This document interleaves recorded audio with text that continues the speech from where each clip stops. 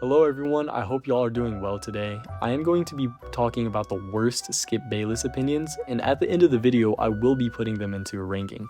5 will be not the worst, but not the best, and 1 will be the worst opinion this man has ever said on TV. I just found random clips on YouTube, and I'm going to be putting these in here just to rank them. To add some context, Skip Bayless is a sports commentator, columnist, and television personality known for his hot take style of debate. He is most notably on ESPN's First Take and FS1's Undisputed. He is a former award-winning print journalist, and he became popular for criticizing good athletes like LeBron James. He also hosts alongside Stephen A. Smith and Shannon Sharpe. And let me know in the comments if y'all want to see a video on either one of those two. Like I mentioned, the 3 in the West, the 3 in the East, Miami's the best shot, then Chicago, and then Boston. All right. You failed to convince me that they're a legit contender. I'm sorry. What do you need? I don't what do you need? I don't buy the Bulls. Unless you can convince me it's just meant to be, that they are now the Green Bay Packers of the NBA, where they just get on some crazy roll, everything breaks their way, and they just suddenly win it all, and you say, how exactly did that happen? I don't know. In this video, Skip Bayless makes the claim that the Chicago Bulls are not contenders for the NBA title during the 2010-2011 season. Mind you, this is the year that Derrick Rose ended up winning his one and only MVP at 22 years old. He led the Chicago Bulls to a 62-20 record while also averaging 25 points, 7.7 assists, and 4.1 rebounds per game. While he was doing this, the Chicago Bulls had the best defense in the entire NBA. The Chicago Bulls would end up losing to the Miami Heat in the Eastern Conference Finals, and they were beaten 4-1. But this is when LeBron James went over to the super team of Dwayne Wade and Chris Bosh. And in the final game on May 26th of 2011, the Bulls ended up losing 83-80. They trap Corbin. Down to 3, down to 2. Here's Rose. Can he get it off? It is blocked. That will do it.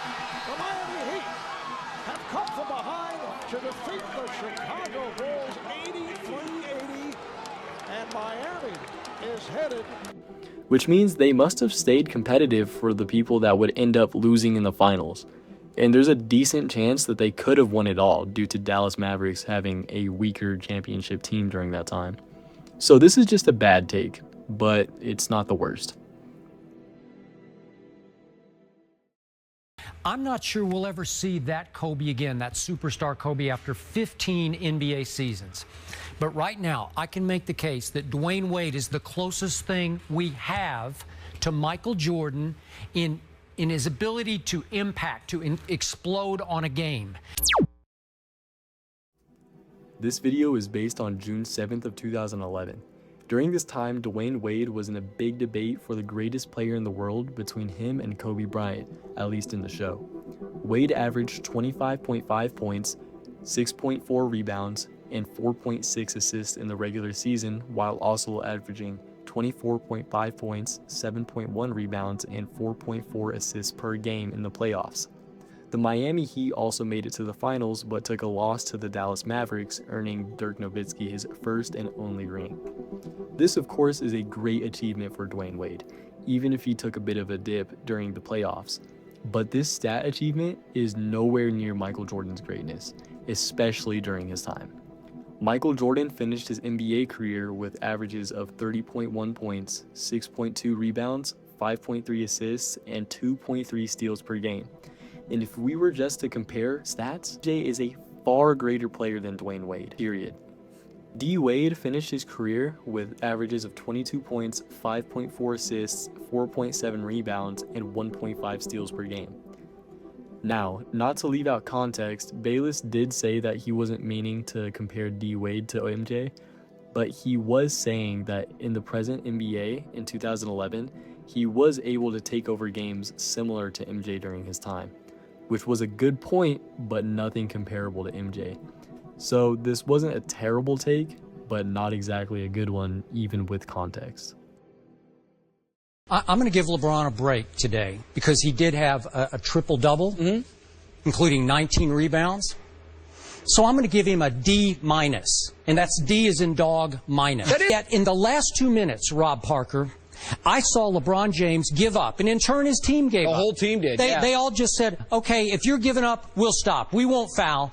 And this was in a way that I could never have imagined a Michael Jordan or a Larry Bird or a Magic Johnson or even a Reggie Miller giving up with the game still a little bit in the balance. On this show, and so much of it I've been criticized for because I've been unfair and over the top when I talk about LeBron James. And so, Jay, just let me say for the record right now, I'm offended when people dismiss me as a hater. I don't like that term when it comes to LeBron. If you want to use it in the big picture, that's fine. And it's used towards you a lot. Okay. When it comes to LeBron James and others, too. The biggest talent I've ever seen in the NBA. But the intangibles are much closer to Robin. He's Robin more than he's Batman. He's Pippen more than he's Jordan, because he's always number one in the regular season. But come postseason time, he's the most overrated, overhyped superstar in my history in this business. So obviously in this video, Skip Bayless makes the point that LeBron James would never win a ring in his entire career.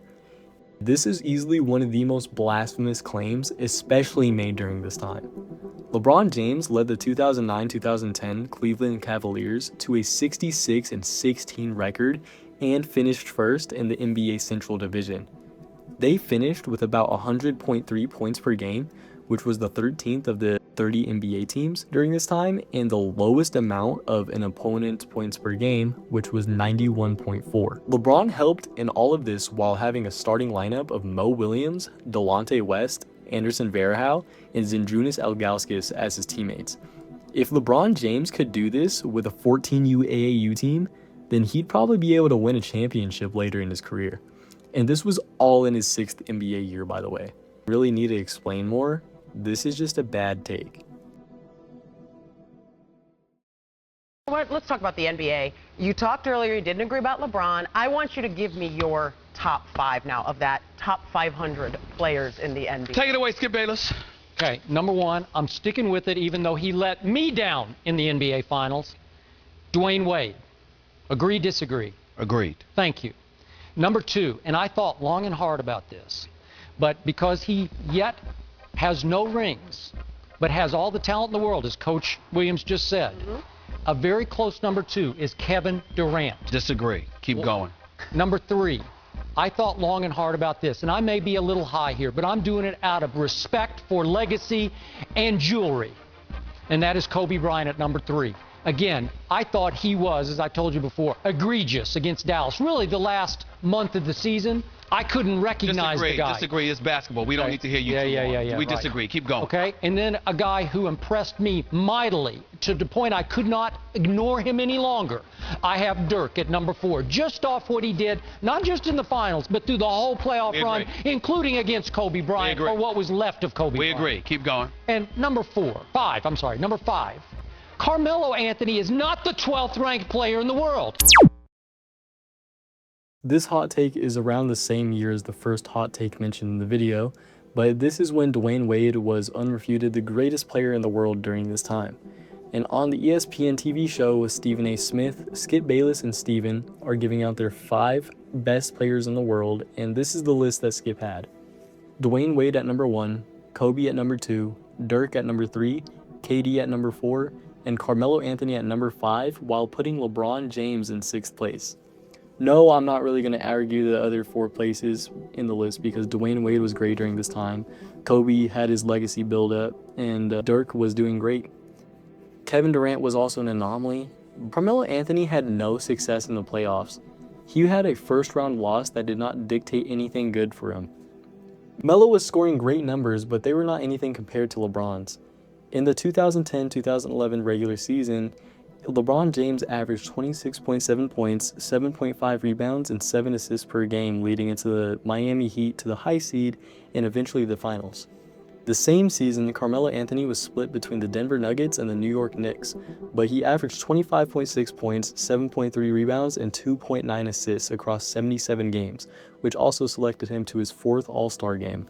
Of course, this was a difficult transition because he was going from the Nuggets to the Knicks, but comparing stats, LeBron James was an overall better player and he had a better on-court presence.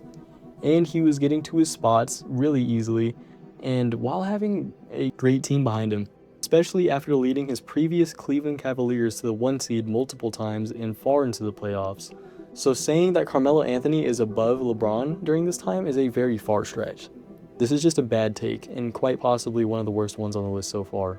But on to the final take. In Tinseltown, the Clippers hosting Oklahoma City, and Blake Griffin wasn't exactly a gracious host as he turned Kendrick Perkins into the invisible defender. I'm not going to be careful. I'm running onto the end of this limb. This dunk was extremely overrated because it wasn't really a dunk. On January 30th of 2012, during a Los Angeles Clippers home game against the Oklahoma City Thunder, Blake Griffin hit one of the greatest dunks of all time, most likely on someone's top 10 list, and one of the greatest posters we have ever seen.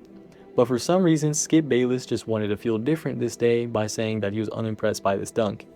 And this makes me very, very unsure that he even is a basketball fan or a senile old man. I feel like some platforms are just given to people like candy. Anyways, I can't really hype up this dunk too much because everyone's seen it if you're an NBA fan, but he just claims that the dunk was overrated because it wasn't really a dunk. And yes, of course, it was a throw-in, but either way, this is one of the most disrespectful things that you could do to anyone on planet Earth. In either way, you could see how high that Blake Griffin rose up in order to put the ball into the rim and put his balls in Kendrick's face.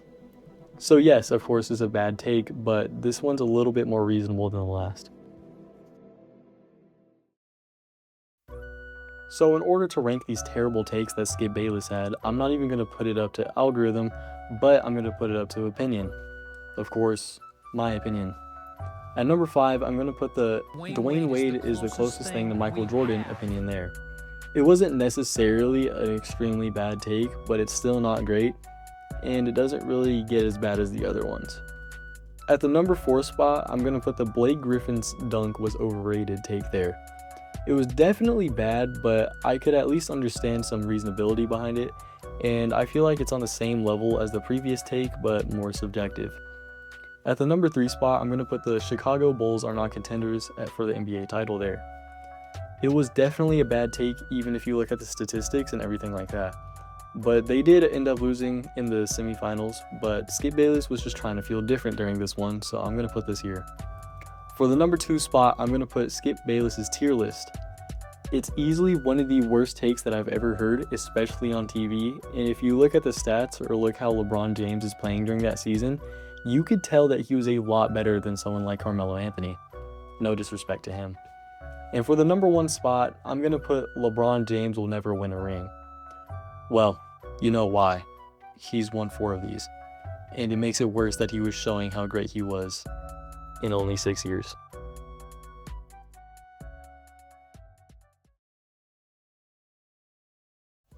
So yeah, these were Bayless's worst hot takes. If y'all want to see another video like this, let me know down in the comments and consider checking out some of my other videos, especially my last basketball video about statistics.